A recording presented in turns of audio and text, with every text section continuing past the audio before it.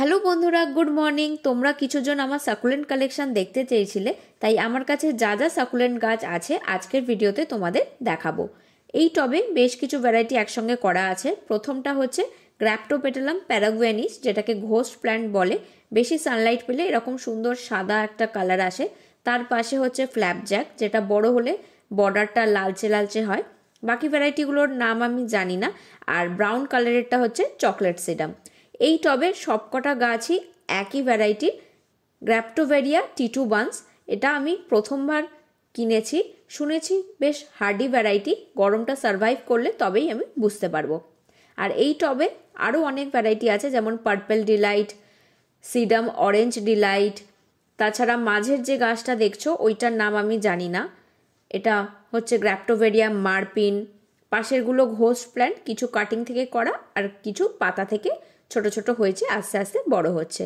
এই টবটা একটু খালি হয়ে গেছিলো বলে কাটিং করে করে আরও গাছ দিচ্ছি। আর এটা একটা হ্যাঙ্গিং টবে আমার হ্যাঙ্গিং ট্রাসোলাভাটা করা আছে।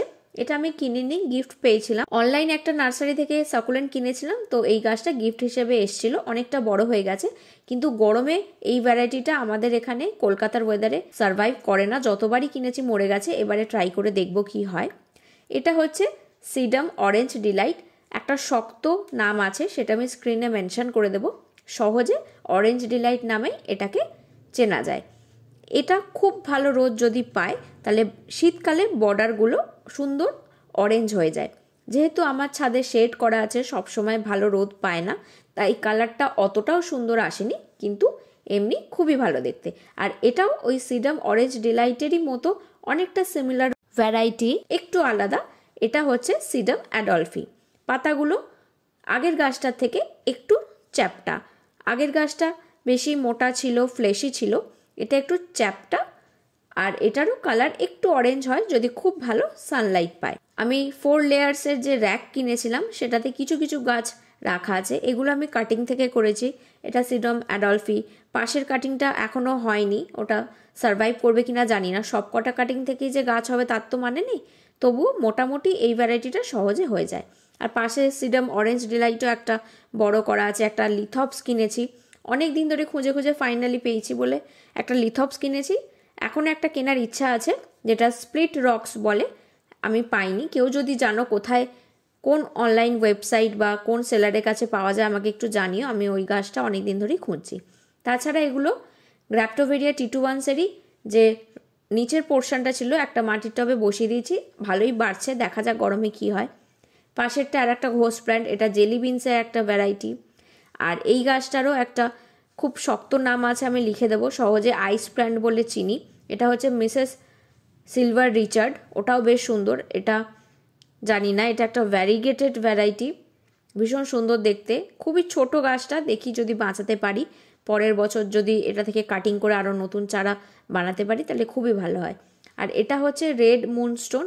অ্যাকচুয়ালি মুনস্টোন এক ধরনেরই হয়, যেহেতু এটা অনেকটা ওরকম দেখতে, ওই জন্য রেড মুনস্টোন নাম দেওয়া হয়েছে। এটা যতদূর সম্ভব গাছটার নাম এলেন, আমি এক্স্যাক্ট ভ্যারাইটিটা জানি না। আর এটা অন্য একটা ভ্যারাইটি, আমার যেটা দেখালাম ছোট পটে আছে সেটাই বড়। আর এটা আর একটা ঘোস্ট প্ল্যান্ট, দুটো গাছ একসঙ্গে একটা মাটির টবে করা আছে। আর এই হ্যাঙ্গিং প্ল্যান্টটাও কিন্তু সহজ, একটু ঝুলে ঝুলে হয়, কিন্তু বেশ হার্ডি। এটা আমার কাছে 2 বছর ধরে আছে, এটাও তোমরা করতে পারো। আমি এই ভ্যারাইটিটার নাম স্ক্রিনে লিখে দেবো। তাছাড়া আমার কাছে 2 রকমের হাওয়ারথিয়া আছে, খুব বেশি কালেকশন নেই। আর এটা হচ্ছে ইস্টার ক্যাকটাস। ক্যাকটাস আমার খুব একটা পছন্দের নয়, আর আমার কাছে বেশি কালেকশনও নেই, কয়েকটা আছে। এটা আমি এবারেই নতুন কিনেছি। আর এই টবে যে কটা গাছ দেখছো সব কটাই পাতা থেকে করা, একটা কাটিং বসানো ছিল। পাতা থেকে আস্তে আস্তে বড় হচ্ছে, মাদার প্ল্যান্টটা শুকিয়ে যাচ্ছে, আর এখানেই সেটা সেটেল হচ্ছে। মাঝে মাঝে এটা জল দিই, নতুন যে রুটসগুলো বেরোচ্ছে সেই রুটসগুলোয় জল দিই। পাতাটা খুব বেশি ভেজাই না, যতটা পারা যায় অ্যাভয়েড করি। আর এই সাইডে আরও কিছু গাছ আছে। এটা ঘোস্ট প্ল্যান্ট যেটা বললাম সেটা থেকে এই ভ্যারাইটিটা একটু আলাদা, এটাকে ঘোস্টি বলে। কালারটা আরও সুন্দর আসে, নীলচে সাদা সাদা ভাব একটা থাকে। আর এটা হচ্ছে ভ্যারিগেট এলিফ্যান্ট বুশ, যেটাকে আমরা সহজে জেড প্ল্যান্টও বলি। ওখানে কিছু কাটিং বসানো আছে। আর এই সিমেন্টের একটা টব মা বানিয়েছিল, এখানেও টুকটাক সাকুলেন্টের কাটিং বসিয়ে বসিয়ে প্রপাগেট আমি করি, সিন্ডারে বসানো আছে। আর এটা হচ্ছে ফ্রেড আইভস, এটা পার্পল কালারের হয়ে যায়, একটা সময় খুব রোদ পেলে একটু পিঙ্কিশ ভাব আসে, খুবই ভালো লাগে আমার এই গাছটা। আর এটা হচ্ছে একটা পিঙ্ক ক্রিপথ্যান্সাস, এই বছরই আমি নতুন কিনেছি। এই গাছটার অনেক রকম ভ্যারাইটি পাওয়া যায়, বিভিন্ন ধরনের কালারেও অ্যাভেলেবেল আছে, আমার কাছে শুধুমাত্র পিঙ্কটাই আছে। পাশেরটা হচ্ছে ভ্যারিগেটেড স্ট্রিং অফ হার্টস, নিচে ছোট ছোট রাইজোম মতো থাকে, সেটা যদি বাঁচানো যায় গরমে এই গাছটা সার্ভাইভ করে যায়। অল্প কিছু টব একদম ওপরের ছাদে রাখা আছে, এটা হচ্ছে গ্র্যাপটোভেরিয়া মার্পিন বা প্রিটি ইন পিঙ্ক। ওপরের পোর্শনটা কেটে নতুন একটা গাছ বানিয়েছি, আর নিচ থেকে এরকম ছোট ছোট চারা গাছ বেরোচ্ছে। এটা হচ্ছে গ্র্যাপটোসিডাম ডার্লে সানশাইন, এটাও কাটিং থেকে বানিয়েছি, এটা নিয়ে আমার চ্যানেলে ভিডিও আছে, কিভাবে প্রপাগেট করেছি চাইলে তোমরা দেখে নিতে পারো। এটা সিডাম অরেঞ্জ ডিলাইট কাটিং থেকে করা হয়েছে, আর এখানেরও যে ডালগুলো বড় হয়ে যাচ্ছে সেটা থেকে কেটে আমি অন্য জায়গায় চারা করছি। আর এটা আর একটা অ্যারেঞ্জমেন্টস, বেশিরভাগই গ্র্যাপটোভেরিয়া মার্পিন আছে।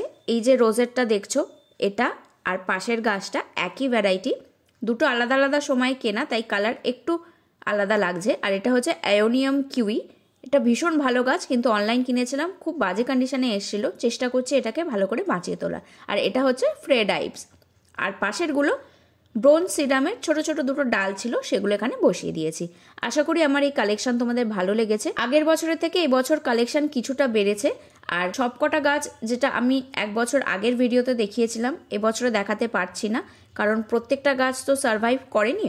যেগুলো হার্ডি ভ্যারাইটি বা যেগুলোর কেয়ার যত্ন আমি জানি সেগুলোকেই আমি শুধুমাত্র বাঁচিয়ে রাখতে পেরেছি। প্রচণ্ড গরম, 50 ডিগ্রির ওপর টেম্পারেচার উঠে যাচ্ছিল, প্রচণ্ড হিউমিডিটি, এই হিউমিডিটিটাই সাকুলেন্টগুলো সহ্য করতে পারে না, অনেক গাছ পচে যায়, ফাঙ্গাস লেগে যায়, খুবই কঠিন হয়ে যায় বাঁচানো। তবুও এই গাছগুলোকে বাঁচিয়ে রেখেছি। আর তাছাড়া এবছর নতুন কিছু গাছ কিনেছি, সবটাই তো তোমাদের সঙ্গে শেয়ার করেছি। আজকের ভিডিওটা এখানেই শেষ করলাম, পরের ভিডিওতে খুব তাড়াতাড়ি দেখা হবে।